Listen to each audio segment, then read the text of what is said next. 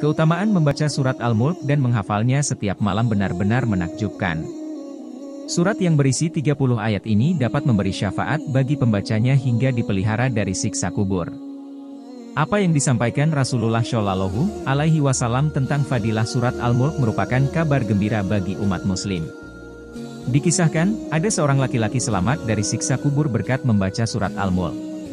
Dari Abu Hurairah bahwa Rasulullah Shallallahu Alaihi Wasallam pernah bersabda, yang artinya, sesungguhnya di dalam Al-Quran terdapat suatu surat berisikan 30 ayat dapat memberi syafaat bagi pembacanya hingga ia mendapat ampunan, yaitu Tabarakallazi biyadihil mulku, surat Al-Mulk.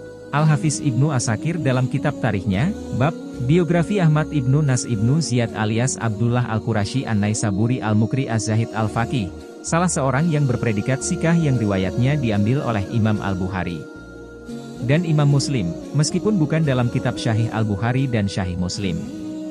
Riwayat tersebut bercerita kisah orang yang selamat dari siksa kubur karena dibela surat Al-Mulk yang dihafalnya. Kisah ini diriwayatkan dari sahabat Anas bin Malik. Rasulullah Shallallahu Alaihi Wasallam bersabda, yang artinya, sesungguhnya ada seorang lelaki dari kalangan umat sebelum kalian meninggal dunia, sedangkan tiada sesuatu pun dari kitabullah yang dihafalnya selain dari Tabarak, surat Al-Mulk. Ketika lelaki itu diletakkan di dalam kuburnya, malaikat penanya datang. Maka surat Tabarak menghalang-halanginya sehingga malaikat itu berkata, sesungguhnya engkau adalah salah satu dari kitabullah, dan aku tidak suka membuatmu tidak senang, tetapi aku tidak mempunyai kuasa bagimu, bagi dia dan juga bagi diriku terhadap suatu kemudaratan dan juga suatu kemanfaatan.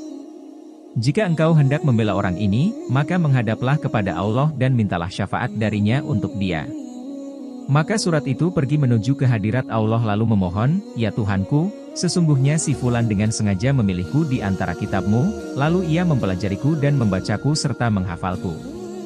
Maka apakah engkau akan membakarnya dengan api, sedangkan aku berada di dalam rongganya?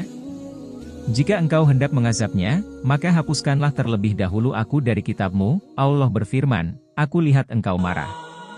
Surat itu menjawab, sudah seharusnya aku marah. Maka Allah berfirman, sekarang pergilah kamu, sesungguhnya aku telah menyerahkannya kepadamu dan aku memberi izin kepadamu untuk memberi syafaat buatnya. Maka surat itu kembali dan mengusir malaikat penanya, lalu lelaki itu bangkit dalam keadaan senang hati tanpa mengalami suatu siksaan pun dari malaikat tersebut. Lalu surat itu meletakkan mulutnya ke mulut lelaki itu dan berkata, selamat datang dengan mulut ini, barangkali mulut ini sering digunakan untuk membacaku, dan selamat datang dengan dada ini, barangkali dada ini dipakai untuk memuatku, dan selamat datang dengan kedua kaki ini, barangkali ia dipakai untuk berdiri membacaku. Surat itu menghiburnya di dalam kuburnya karena merasa khawatir bila ia kesepian dan merasa takut.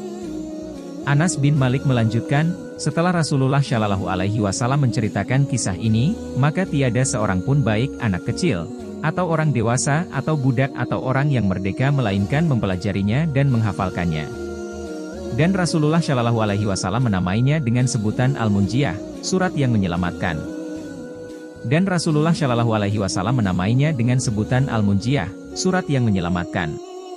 Dari Ibnu Abbas bahwa ia pernah berkata kepada seseorang, maukah aku hadiahkan kepadamu suatu hadis yang akan membuatmu gembira? Lelaki itu menjawab, tentu saja mau. Ibnu Abbas mengatakan, bacalah surat Al-Mulk dan ajarkanlah kepada keluargamu serta semua anakmu dan semua ahli baitmu yang masih anak-anak dan juga semua tetanggamu.